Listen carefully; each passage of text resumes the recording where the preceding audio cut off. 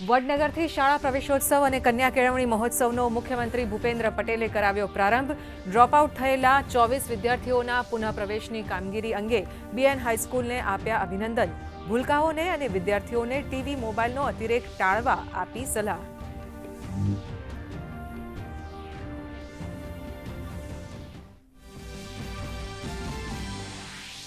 તો નાયબ મુખ્યમંત્રી હર્ષ સંઘવીએ ગાંધીનગરમાં અગરિયા વિસ્તાર રણશાળા માટે 28 સ્કૂલ ઓન વ્હીલ્સનું કર્યું લોકાર્પણ। કહ્યું, હવે અગરિયાના બાળકોને પણ મળશે શિક્ષણ।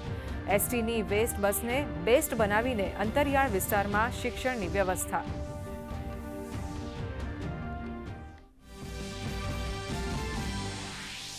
અમદાવાદમાં જળ વ્યવસ્થા અને પૂર નિયંત્રણ માટે મહત્વના વાસણા બેરેજનો કાયાકલ્પ। માત્ર 35 દિવસના સમયમાં નવા 19 દરવાજા નાખવાની કામગીરી પૂર્ણ। પ્રી મોન્સૂન નિરીક્ષણ બાદ લેવાયા ત્વરિત પગલાં। ચોમાસા પહેલા બેરેજ બન્યો વધુ સુરક્ષિત।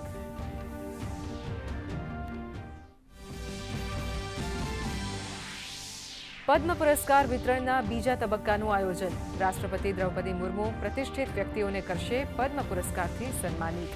કાર્યક્રમ દરમિયાન કુલ 65 વ્યક્તિઓને કરાશે સન્માનિત।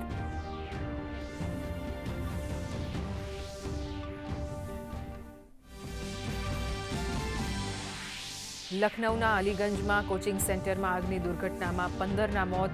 એસઆઈટીનું કરાયું ગઠન। મુખ્યમંત્રી યોગી આદિત્યનાથે 7 દિવસમાં રિપોર્ટ સોંપવા અને દોષિતો સામે આકરી કાર્યવાહીના કર્યા આદેશ।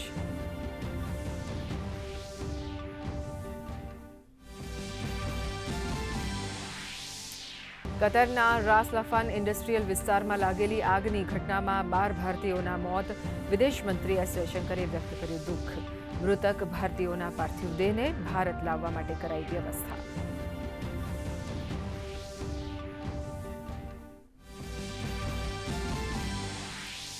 સપ્તાહના બીજા દિવસે શેરબજારમાં સપાટ વેપાર।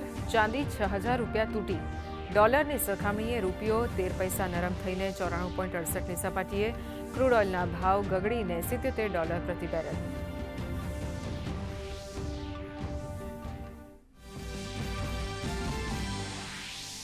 રાજ્યના અનેક સ્થળોએ અસહ્ય ઉકળાટ વચ્ચે વરસાદી માહોલ।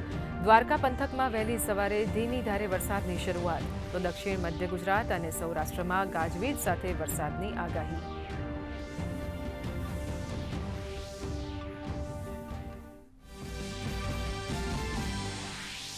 ફીફામાં લિયોનેલ મેસીએ રચ્યો ઇતિહાસ।